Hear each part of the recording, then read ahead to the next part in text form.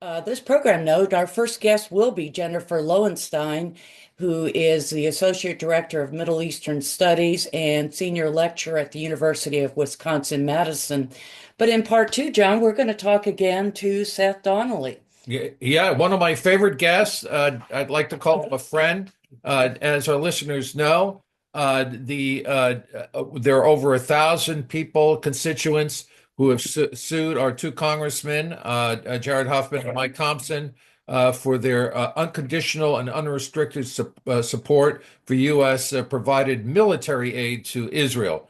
And as we move from just from the massive bombing during the Israeli-Palestinian conflict to this now stage of what I would call ethnic cleansing, where they're choking off humanitarian aid, and where so many Palestinians are dying from famine and from epidemic, Disease. from disease. This is Israel cannot be supported in this way at this time. So these constituents have sued Congressman Jared Huffman. The case is wending its way through court, and we'll get an update from Seth. Right. It's 7 minutes past the hour. If you're just tuning in, this is Heroes and Patriots, and we're going to be talking about developments in the Middle East.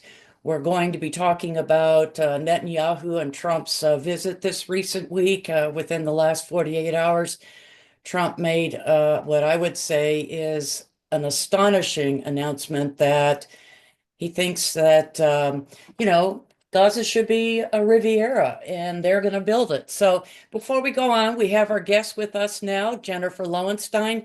Good morning, Jennifer. Thank you for joining us. Good morning. Thank you. But we were talking a little bit before you came on the air about recent developments this week with Trump and Netanyahu. But before we begin, you're kind of new to our audience, and I wondered if you would just let our listeners know a little bit about your background, where you were born, and your whole role in activism and actually living in the Middle East. And living in Israel. Yeah. Yeah, that's a lot. Well, believe it or not, I was born in Wichita, Kansas. Oh, But I grew up in Michigan, outside of Detroit, and spent most of my adult life in Madison, Wisconsin. And how did I get to be an activist? I think I was born an activist. I've always been interested in social justice issues. And when I was a junior in college, I went to Israel for my foreign study broad program. And I think it took me about a day to figure out that something was wrong. And, I'm not complimenting myself. It's just that my mother was very much part of the civil rights movement. And I mean, as an activist. And I think I just applied her worldview on what I was seeing. And it was so glaringly obvious to me. That was back in 1981. And I just remember I was there with a friend, and we both had the same feeling that something was wrong about this place. And I've often wondered how so many people go over there and don't see it. Right. It's You so, mean Americans? yeah, so many people all over go to Israel and from Europe, and there are these birthright tours and all kinds of things. And as I said, I mean, to me, the prejudice and the apartheid, the separation between Arabs and Jews is so obvious. And the prejudice was so obvious. The racism was outrageous. And that was 40 some years ago. And yeah, I had some real problems with it right away. That was 1981. And I remember coming back in early 1982 and just saying to myself, I don't know how much I can support this place anymore. But it wasn't until September of 1982 that I think I literally drew a line in my brain. and said, I'm not supporting this place ever.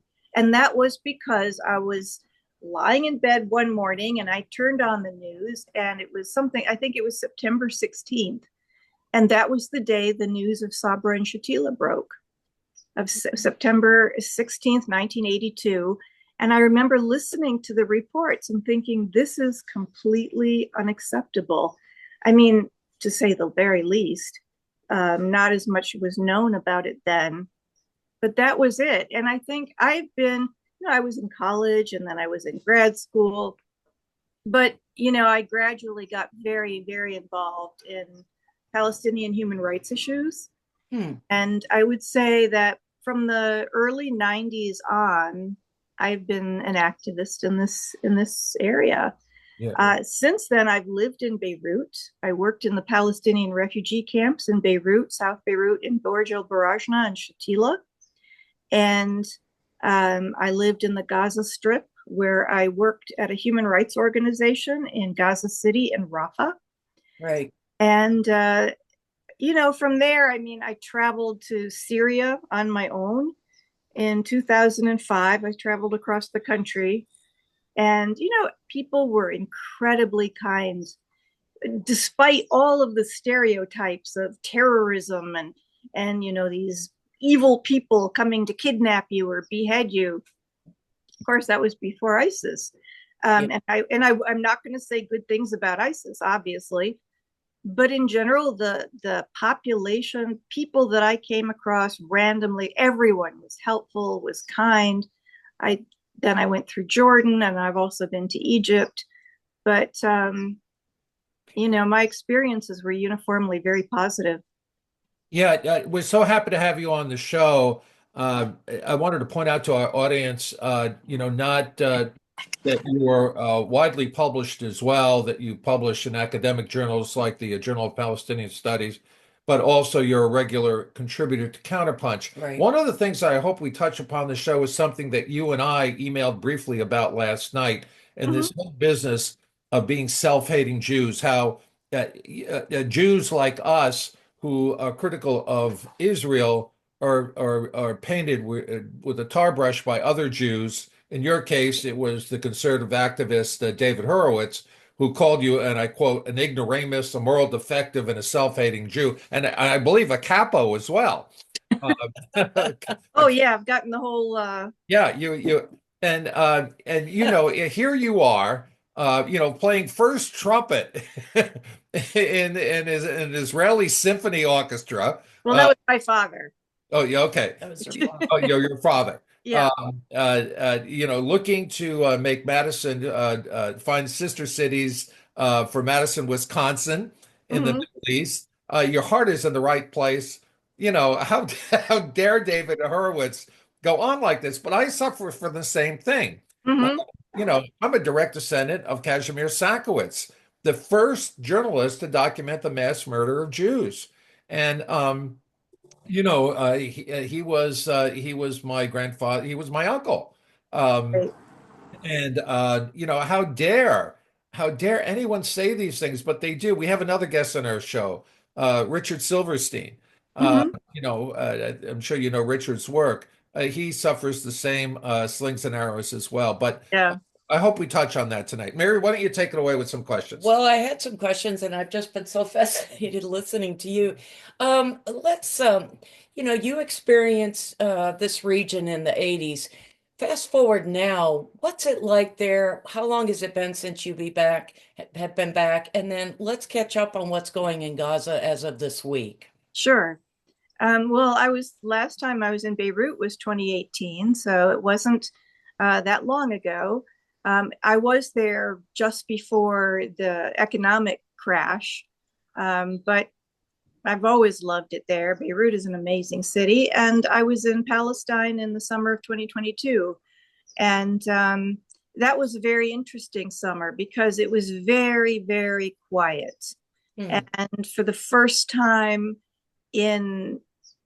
I've been over there so many times, and every time I would fly to to Israel, to get to Gaza or the West Bank, I would go through hell just trying to get in because I had a reputation, right? And once it took 6 hours of being searched and interrogated before I was allowed in. But in the summer of 2022, it was just strange. And I now look back on it, with the benefit of hindsight, and see it as the calm before the storm, because things were very quiet. But, and I wasn't checked, nothing. I was just waved right through as if nobody was really, I felt like people were sort of sleepwalking. Not in the West Bank, I didn't find that, but I did see that in Israel. And in the West Bank, I found very, very typical, I went to, I'm trying to remember the name of the refugee camp. It was in outside of Bethlehem. And of course, people there are always talking about resistance and the need to struggle against the regime. But it was as if now, as I said, now that I look back on it, it was as if everything was on hold temporarily. I mean, this was even just before the judicial reform stuff started. Right. I could be wrong, but I believe Naftali Bennett was the prime minister. I know he was he was sort of right in between Netanyahu regimes. Right. But yeah, it was just very different. I mean, the will to resist and the spirit among Palestinians, I would say, was unchanged. It was very determined. I think people at the time were feeling very sort of frustrated that nothing was happening. And ironically, it did take October 7th for things to change again. Right. Very much so. But yeah, that was kind of it was a sort of stasis, but it was very uneasy at the time. So we now have a ceasefire agreement in place, but yet Israeli human rights groups are reporting that that the Israeli army is blocking most access points to and from Palestinian villages, all cities in the West Bank severely disrupting the daily lives of more than 3 million Palestinians. Students cannot reach schools and universities. Patients can't reach hospitals. Ordinary civilians can't get to work. And as soldiers look on, Israelis attacked Palestinian communities, setting fires to home with the occupants inside, torching cars, vandalizing properties on a massive scale. Where is this happening? What are you hearing? How can this be substantiated? And why isn't the U.S. media reporting this? Well, to start with the very last, the U.S. media has never reported it well. And it's fairly obvious why. First of all, anything that is against Israel is really, in a way, against U.S. foreign policy. So the American media, which tends to go in lockstep with the U.S. government, isn't going to cover news that makes our beloved ally Israel, I say tongue in cheek, look bad. So that's part of it.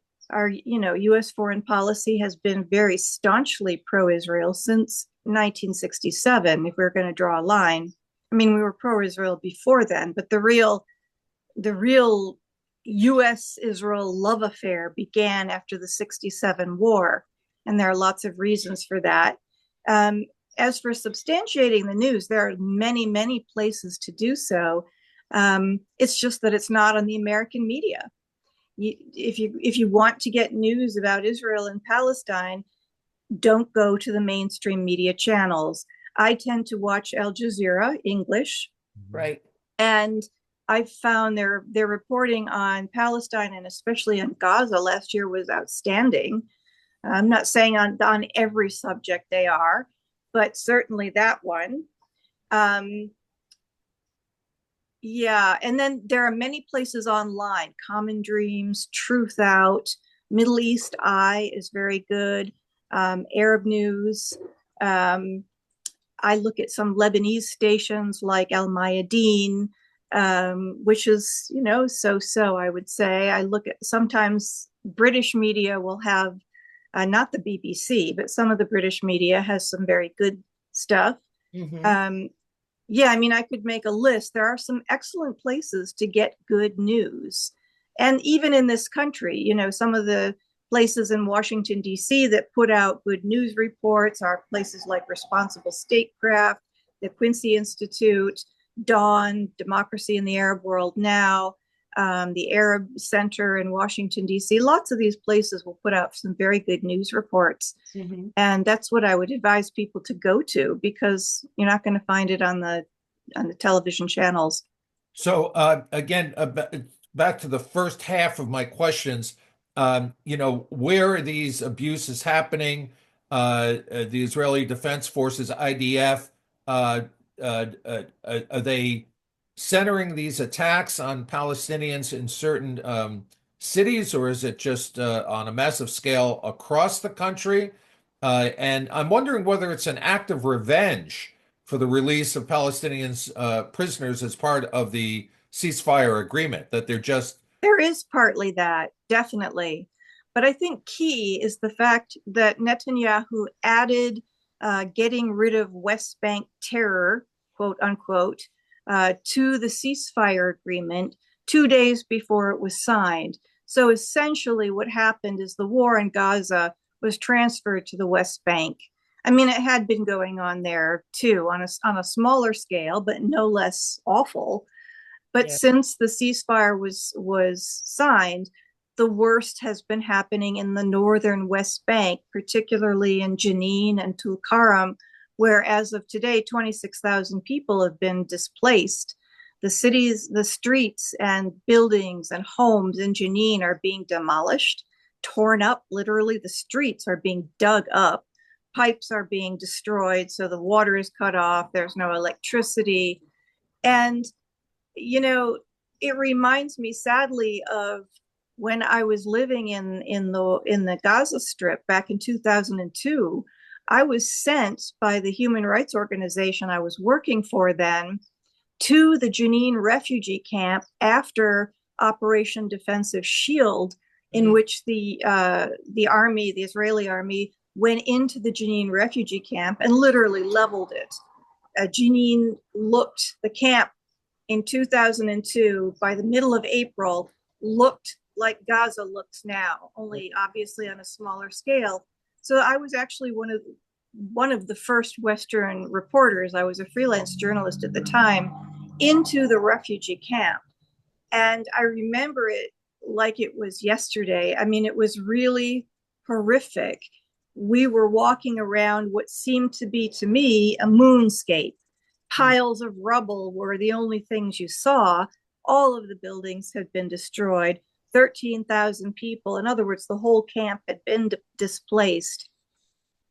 I ended up following a group of medical workers to the Jenin Camp Hospital at the time and sat outside in the back of the hospital where bodies were being dug up out of mass graves because they'd been buried there during the siege, because the Israeli army wouldn't let emergency cases out, and they wouldn't let bodies be buried in the cemetery. So they had to bury them to prevent disease. And I got there when they were digging up those bodies to rebury them, and others were being brought in from the camp and were laid out in the sun in the back of the hospital, all in white shrouds with their Arabic names written along the sides, and people coming there to grieve, to try to identify their loved ones. I mean, it was a horrific scene. I have an entire photo exhibit of it that was vandalized, I should say, when it went up. And, I'll never forget it. And that to me was, now that I look back on it, was like a prelude for Gaza. Jennifer, would you characterize this kind of widespread killing as a campaign of genocide and ethnic cleansing? Absolutely. There's no question of it. I have no question whatsoever in my mind about Gaza.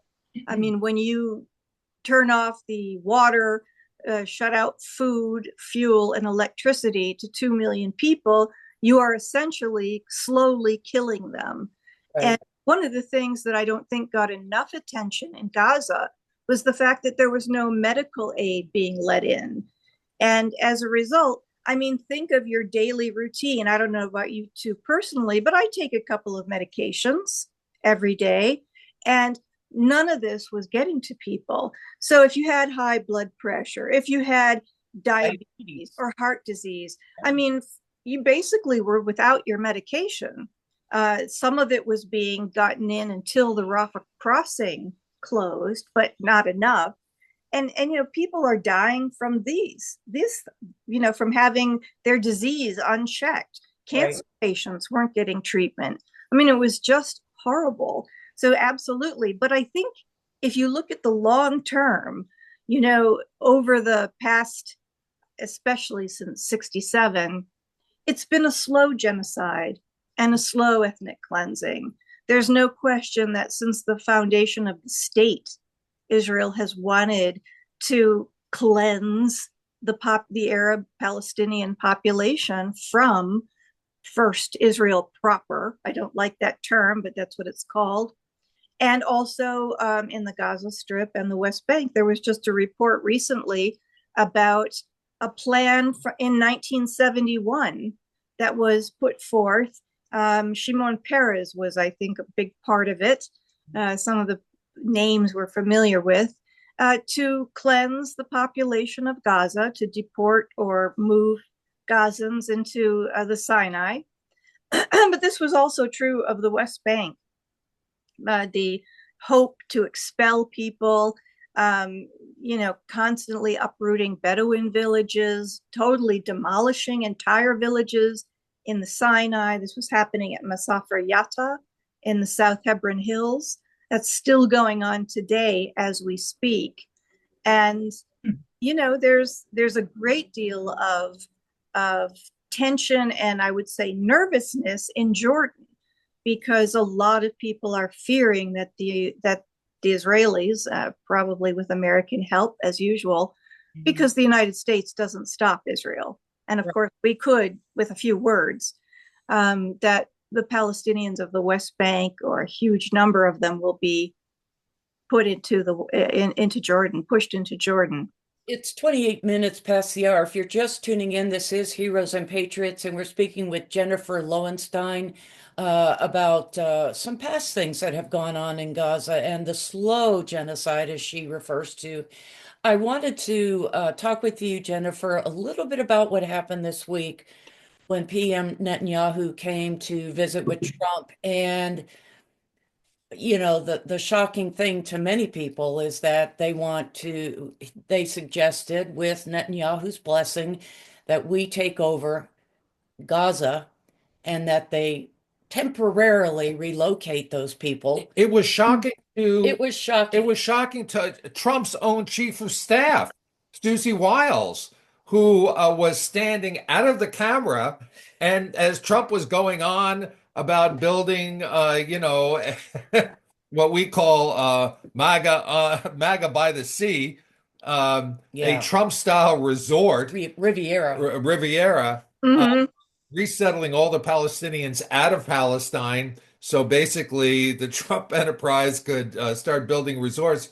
Susie Wiles started edging closer until she was standing directly behind the president.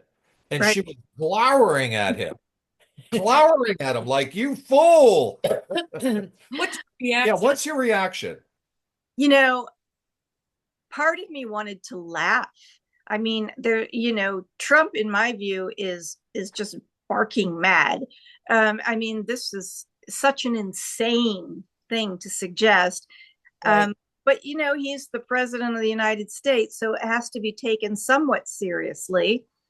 And I was just thinking, this is it's unbelievable, but it's believable. It's happening right before our eyes. You know, I try to imagine how Trump sees the world. And I think this is a perfect example of how a president who was born with the silver spoon in his mouth, so to speak, has absolutely no empathy for other human beings whatsoever, is incapable of comprehending that a people is very much attached to the land that it's from, they don't want to be taken from their land and put into Egypt or Jordan, that he is incapable of seeing that. The other thing that really bothered me was there was all this attention being focused on it's uninhabitable, it's just rubble, it's just everything is destroyed. Why would you want to live there? Why don't you, we will take you and give you nicer houses somewhere else, without focusing on how it got that way.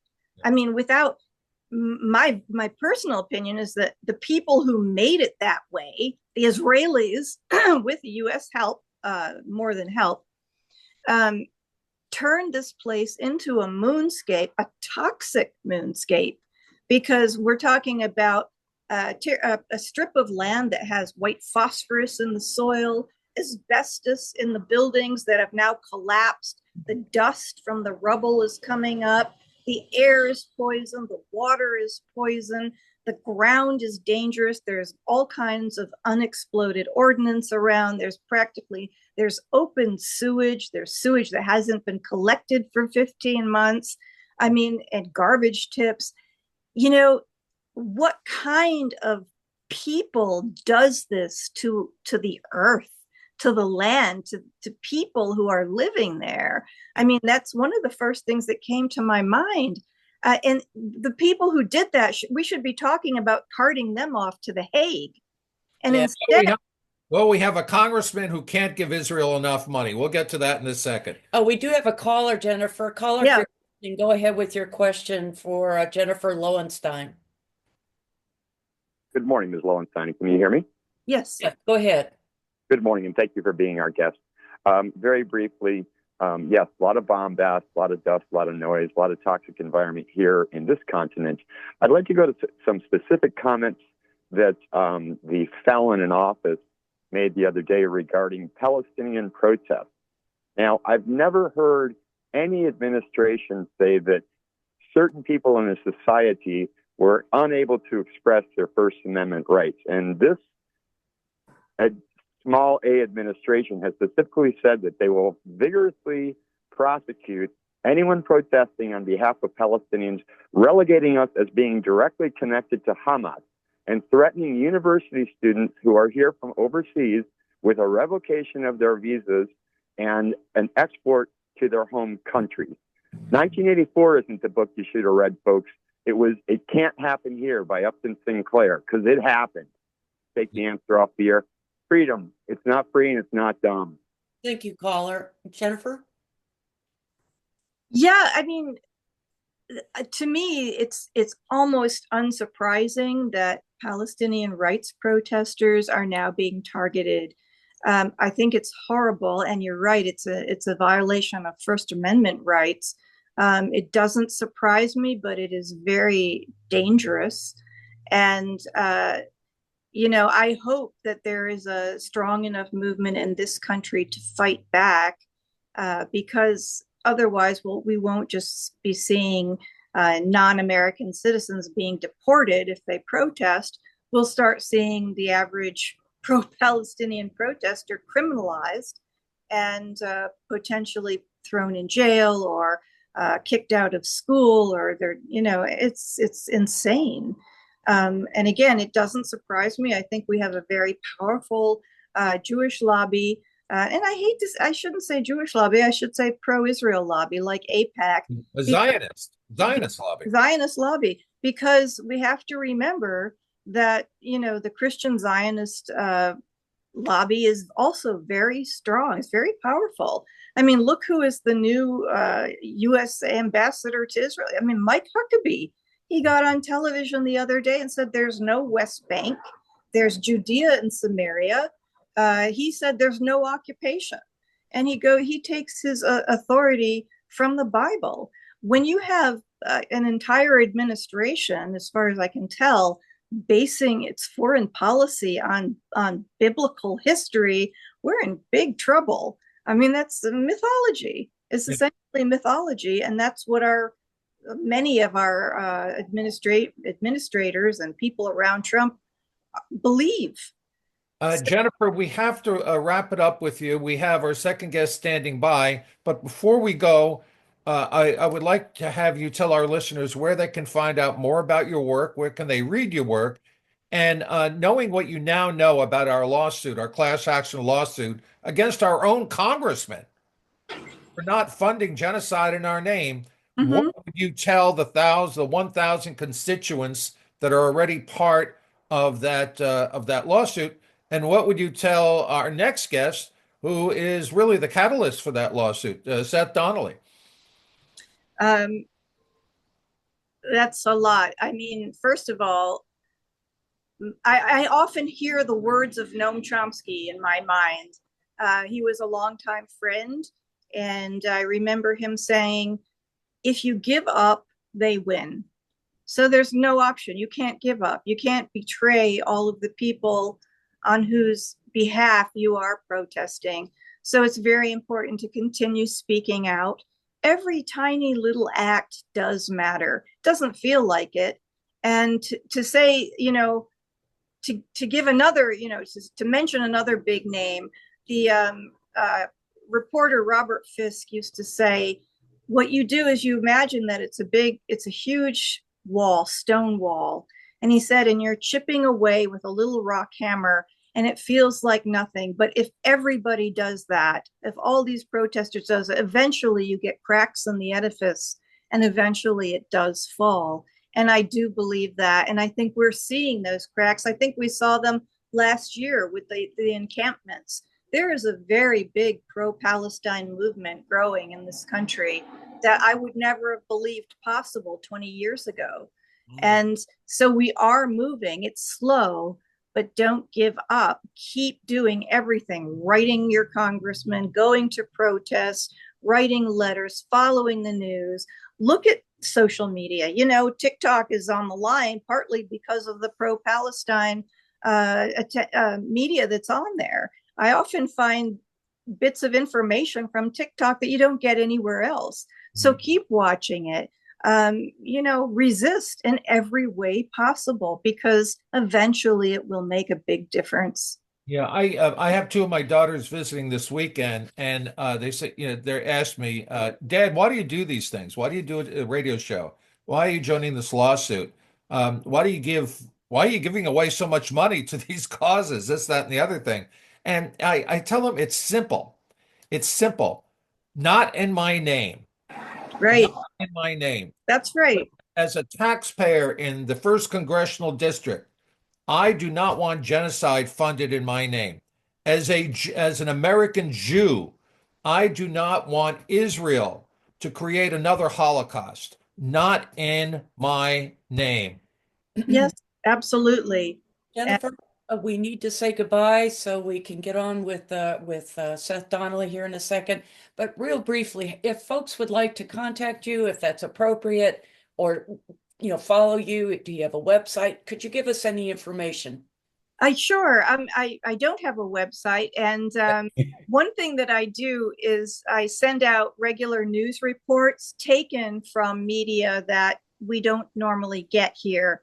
So I have a listserv, and if people want to be on that listserv, they should email me, and that email address is sarin111@gmail.com. That's S as in Sam, ARIN as in Nancy, J 111@gmail.com. I send those out daily.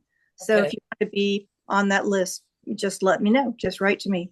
Thank you so much for being our guest this morning. It's such a timely and almost terrible topic to have to discuss. Yes. Shalom. Shalom. Yes, thank you very much. Before we move on, it's let's see, 40 minutes past the hour. I think Dorothy has a little studio business she needs to get to with road closures. Yes, thank you. Okay, so in Humboldt County, Route 36 is open to one-way traffic control east of Grizzly Creek Redwood State Park. Route 36 is also now open to one-way control traffic west of Bridgeville near Neelan Road, but you may expect 30 minutes delay. Route 254, Avenue of the Giant, is now open between Holmes Flat Road and Barkdale Road. Route 299 is open now from Blue Lake Boulevard to west of Willow Creek in Mendocino County. Route 1 is now open north of Point Arena from Lighthouse Road to the Garcia River Bridge. Route 128 is also open now from Route 1 Junction to just west of Navarro. Route 175 is open in Hopeland from the US 101 Junction to McDowell Street. And okay, there's one still fully closed. This is Route 271. It remains closed in northern Mendocino near Big Bend Lodge Road and near County Road due to a slide. And in Lake County, Route 20 is now open west of Lucerne at Bartlett Springs Road. All right, that is it. Let's go to the second guest. Thank you so much. Thank you, Dorothy. I know you had I to- am so excited to have Seth Wait. on again. It's like having Sean Penn on. Thank you for letting our listeners know where they can and can't get to today. Yes, he's with us, Seth Donnelly. Welcome back to the program. Rockstar, man. Yeah, good to be back, Mary and John. And yeah, you said Sean Penn. I feel like I should be having a pizza delivered to me in the middle of my high school class right now. Do you still teach high school, Seth? No, I did it for about 25 years, and then and now I'm working on a project with my wife and community members. We have a little storefront activist center. So yeah. Tell us about that real quick. Well, it's called the Center for People Power, and we're just outside of Sonoma in kind of an unincorporated, a little bit more of a working class corridor called the Springs. And it's a small little storefront. We're constructing as a hub for activists around immigrant rights, around this lawsuit, around different projects, land back struggles to use. And we have a little library, a place for showing films in the community, discussion, art builds, and we have a bilingual newspaper. So it's a cool little project. Do you speak Spanish, Seth? Intermediate level, but not beginning to intermediate. I can function, but my wife's bilingual. Yeah. So I'm curious, you were listening to our previous guest and some of her comments, reactions, and this seems to fall right into with what the lawsuit about is the genocide that's taking place and how taxpayers It continues. are funding it. Do you want to react to anything that she had to say before we get an update on the lawsuit? Sure. It was great to hear the parts that I did. I have a lot of respect for Jennifer Lowenstein, and yeah, I mean, I would just add in terms of the reaction to Trump's announcement at the press conference with Netanyahu, it was not surprising, but also as disturbing as always, just how the mainstream press sort of normalizes as if this is just one more proposal from Trump. And he's talking about a buccaneering violation of international law. You can't just go and colonize in our people's territory and say, now this is permanent U.S. territory. And you read the commentary by CNN and the Washington Post, and it's like, well, here's another wacky proposal by Donald Trump. But nobody's pointing out the obvious, that this is, A, it's genocidal. It's forced removal of 2 million people.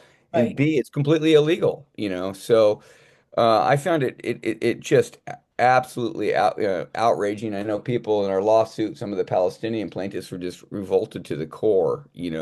Well, Trump's own chief of staff, Susan Wiles. I don't know if you heard me say that. If you look at the video of yesterday's press conference with Bibi Netanyahu, Susie Wiles, Trump's chief of staff, is off camera. And then, as he talks about, we decided that a very rich country like ours, will build a beautiful little town for the people of Gaza in an unspecified place. He goes from the vague to, well, it would be nice to build a Trump-style resort, on the New Riviera. And she literally edges closer to Trump until she's standing directly behind him, and she's glowering. She's glowering. It's like, shut up. That also Yeah. last week we had John Boniface on, and we addressed emoluments. And if he's lining up deals for himself while he's president to build his own hotels here or wherever. It seems like I don't know why no one is calling him out on this. It's Yeah. Right, shocking. right. Yeah.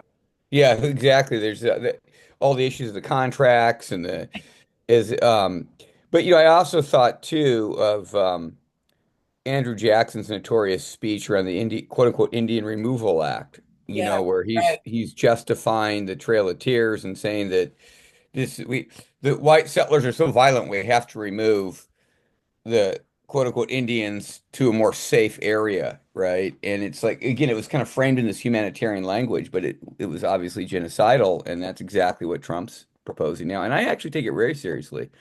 Like, I mean, as I know Jennifer was too, saying it's wacky, but he's the head of the United States, and so and with the government in Israel being what it is, I think we should take this real seriously. Yeah.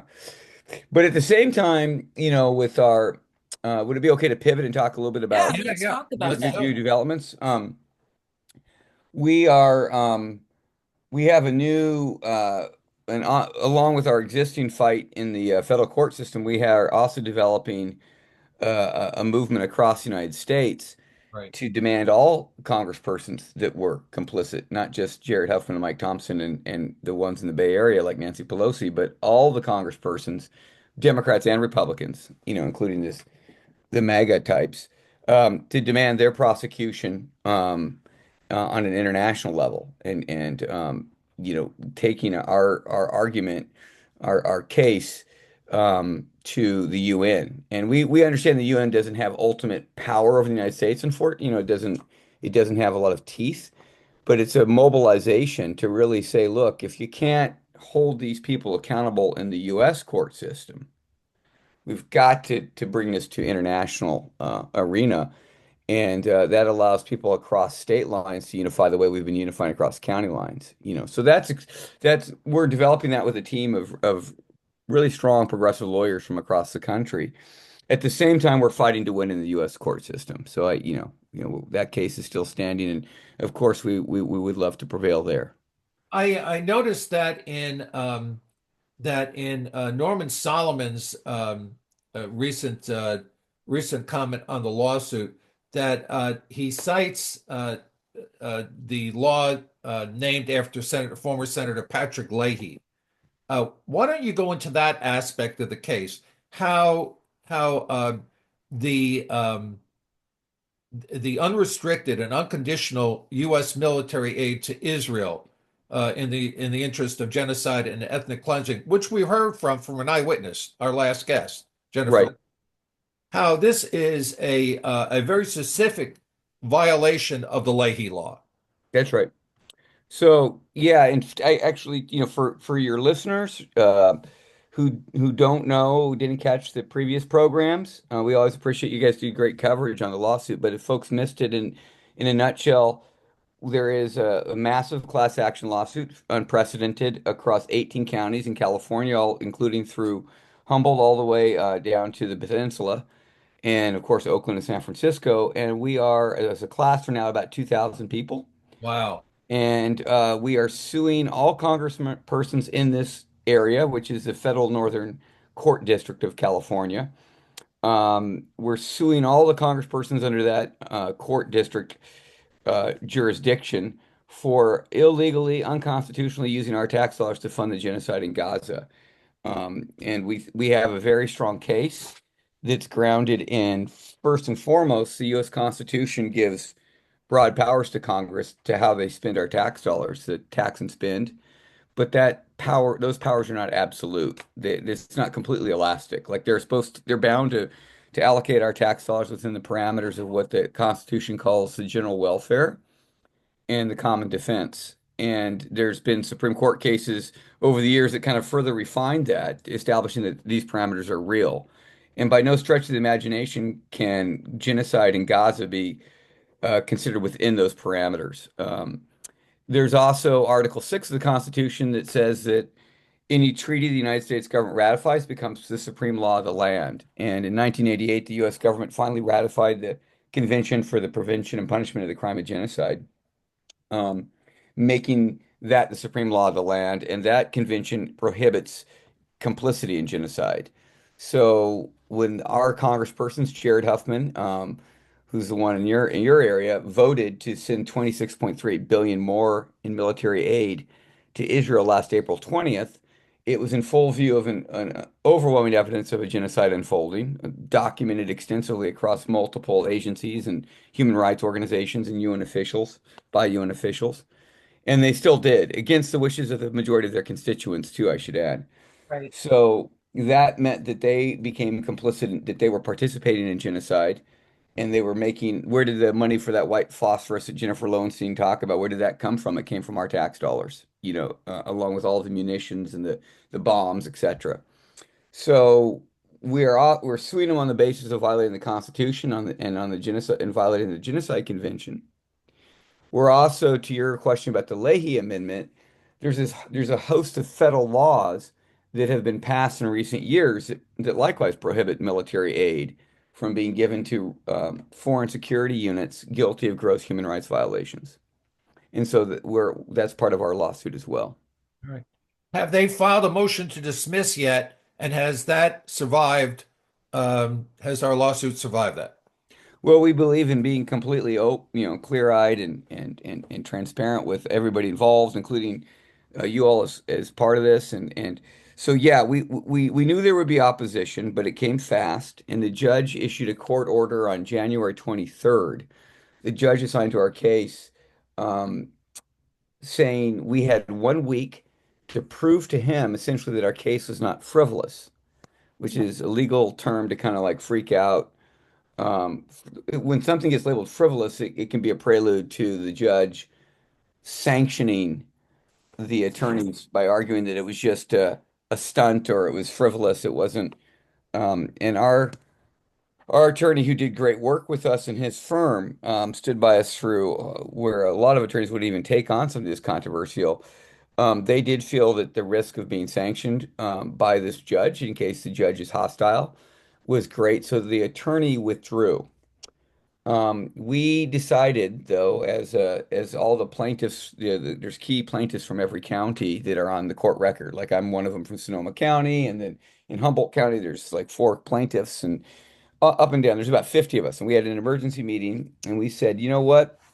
This is the last thing from frivolous. Obviously, we're talking about tax dollars funding genocide, and legally we're correct. We really do believe that this is not a stunt, and so we decided to go pro se and respond to um, the judge's order, and we did, and we worked really hard, and it's a very strong response. And any listeners, if they want to contact us, we can be happy to share that. It's now part of the court record. But we worked hard on that, and so we're currently waiting to see what the judge says. If the judge says, "Okay, you responded, I'm going to allow the case to move forward," then at that point we won't have a hard time finding new attorneys to take it up. I Um, I would think that a law firm like Tony Serra's law firm, his old law firm, the Bay Area has so many progressive law firms. Um, are they reaching out? Are they interested? Are they giving you calls?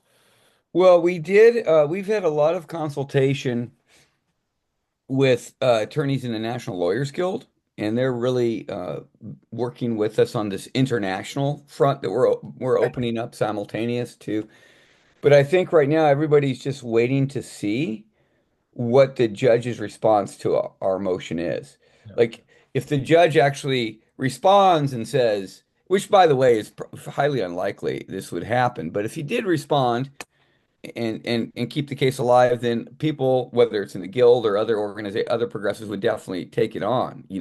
But if he's just going to squash it, I think people would save their energies for the international fight. Who is the judge? Who appointed him? What do you know about that judge? Not a whole lot. The judge, it's Vince. I can bring up his last name in just a moment for you guys because I'm blanking on his last name. But he was an appointee of the Obama administration. Okay. And he apparently was a staff person for Lynn Woolsey for a while. Okay. And but we're not totally clear on his politics. It's hard to know. It could be that with this court order, he's testing us just to say, hey, are you guys going to really, because the same court he's a part of had shut down a previous class action against Biden for genocide, and so he might be trying to really test. But we stepped up to the plate. We're not. If they throw us out, they throw us out, but we're not going to throw ourselves out. And no matter what, we're going to keep fighting it on the international front. Is there any discussion behind the scenes or up front in Washington about this undertaking and the possibility of other Congress people being sought out or sued? Absolutely. What's the scuttlebutt there? Well, we had a webinar, you guys, it was about on the 25th, the Saturday, the 25th of January, that drew in 1,100 people from across the country registered for that. Hmm. 500 were online in real time. And this has hit a real nerve across the country. People want to take this up. And we are definitely in active communication about expanding the organizing across the country. We'll see what happens with this particular class action. And if it stays alive, which we would love for it to do, then knock on wood, we'll see these replicate. And if it gets shut down, then we were going to organize with others across the country to go to the international. So no matter what, we're fighting to win. And any listeners, if they want to get in touch and be a part of this, if you're not already, our email is real simple. It's class action against genocide at proton.me. One more time. Class action against genocide at proton.me. Right. And yeah. Very Okay. Ken, are you still recruiting people to join you pro se or? Yeah, people can keep signing on to the class.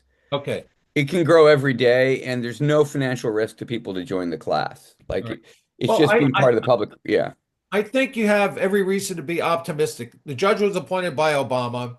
He worked for Woosley, and the lawsuit has a basis in fact and in law.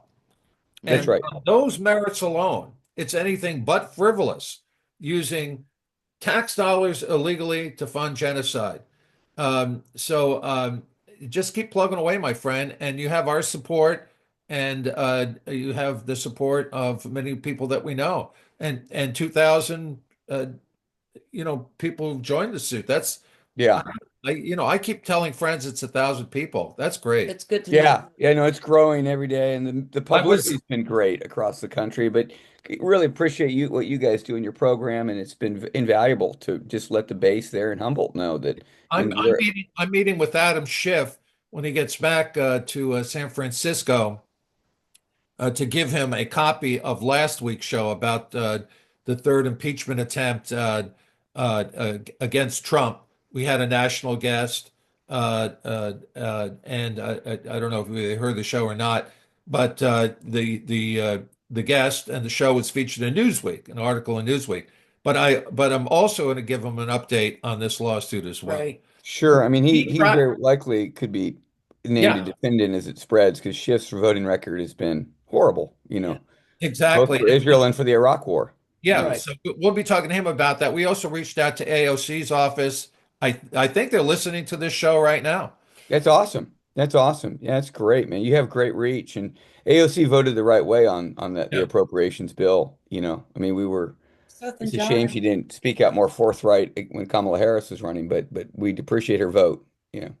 we are out of time, guys. We're way over. Are we? So, yeah, it's 10 o'clock. Thank you. So much, Seth. Come back when we have some additional information to report, and we'll be happy to have you with us. Seth, if you come to Ukiah, we'll put you up. We'll put you up at Vichy Springs, wherever you want to stay. Let's just hang out, all right? That'd be great. That'd be Yeah. great. Thank you. Good work, brother. Appreciate you guys. Thank Yeah, you, you all take listeners. care. All right. Take care. Bye Talk now. soon. Bye. And thank you, Dorothy, for engineering the show. Become a member of this station. Don't forget, the main hat that Dorothy wears is membership director Yeah. at this station. She engineers this show as a favorite of the show. And I also want listeners to know that, again, Marjorie Taylor Greene is now taking on NPR affiliates. If you go to the KZYX website, our sister station in Mendocino County, you'll see some resources about organizing a resistance to any move that the Trump administration and Doge in particular, any ideas that they might have towards defunding not just public radio, but public television as well, NPR and PBS. So join KZYX in their fight to support independent media like ours right here on this station, KMUD, your public radio station, your community radio station. Thank you for listening to the show. Thank you for becoming a member.